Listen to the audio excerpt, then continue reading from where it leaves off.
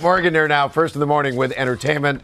And we're going to start this morning and on this Friday with Selena Gomez, who's facing some pretty serious accusations of fraud. Yes, so Selena Gomez and her mom, Mandy, just like you said, they're being accused of fraud. Now, this is from investors who have invested in a company that Selena basically created with her mom called Wondermind. I'm not going to lie, I had never heard of this, what this is, so I had to even do my own research. This is a mental health startup that they created. Apparently, it's the world's first mental health ecosystem. So here's what's going on. Investors are suing them. They're not happy because apparently, I mean, if I've never heard of it, this is a company that's been going on for a couple of years.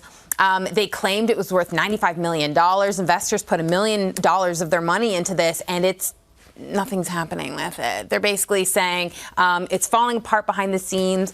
Nobody gave the investors a heads up that this wasn't chugging along the way that they had hoped and were told that it was. So now they're being sued because they're feeling like they invested all this money and nothing's happening with the company. It's one thing for an investment not to be paying off, a business not to be going as planned. It's another thing for it to be fraud. Well, yeah. So they're saying that the plaintiffs are claiming that Selena and her mom falsely represented, you're absolutely correct, Wondermind's infrastructure, their leadership, the resources needed to keep this going, and so that's why they're really upset with this. And here's a quote. They're saying, the plaintiffs are saying, for 3 years while the company quietly collapsed around them, not one of its founders, officers, or directors said a word to the investors whose money was funding the collapse.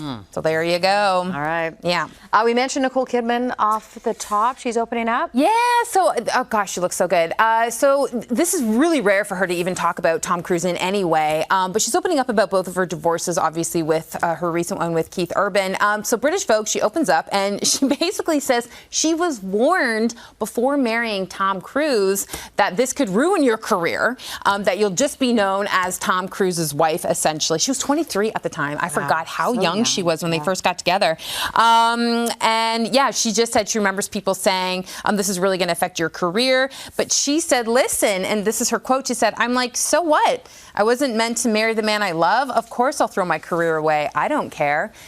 She was just in love. And like I said, she really doesn't talk about Tom Cruise at all. And then when she referenced Keith Urban, because she is opening up a little bit, not giving too much away, but giving enough to this article, she basically said, you know, she thought her life was going to look and go one way. And she said, you know, you make all these plans and you have all these ideas of what it's going to be like, and then it's not. And you just have to adjust and you have to adapt. Yeah, what is that famous quote about life? It's what happens when you're busy making plans? Oh, is that it? Yeah. Yep. So, you know, there you go. But you have Practical Magic 2 coming out. She's doing all this press for it right now. Cannot wait. Cannot wait for the sequel. So, anyway, but she looks good in those photos, too. 59. Hello, your babe. I'm watching the new season of Lioness, and she just killed it in that, too. So she's so good. She's amazing. Yeah. Okay, finally, we got to talk about Golden Girls because a purse from the show just sold for a pretty eye-popping price. Okay. Okay, yes. Sophia's purse. Do you remember she always carried the purse with her? Estelle Getty. And Estelle made sure that this purse was such a prominent part of her character, being that she played an older woman. Her purse had like everything in it.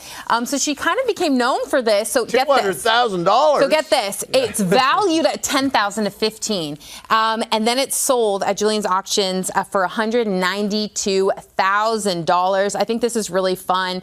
Estelle was on the Rosie O'Donnell show back in the 90s. Oh, great show.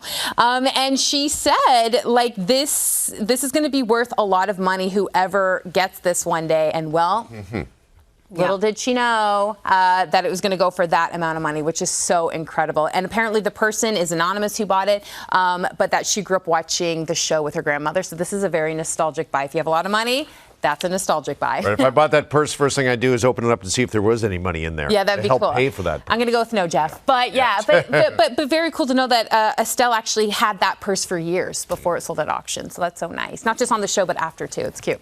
Thanks, Morgan. Thanks, guys.